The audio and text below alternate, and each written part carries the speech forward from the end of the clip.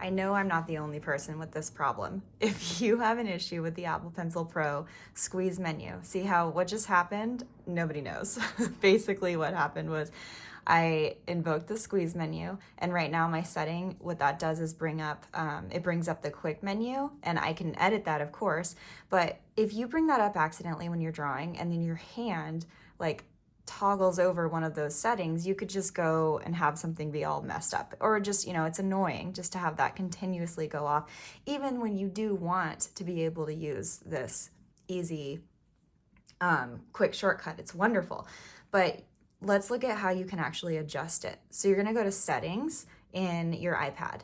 You're gonna go to Apple Pencil, and then right here where it says squeeze, it shows what the setting is that will invoke when you squeeze it, but it also has this sensitivity slider right here, and I'm gonna slide mine all the way up, and that is going to allow me to then draw deliberately and not have the squeeze function turn on unless I am deliberately squeezing it, and then I have my options.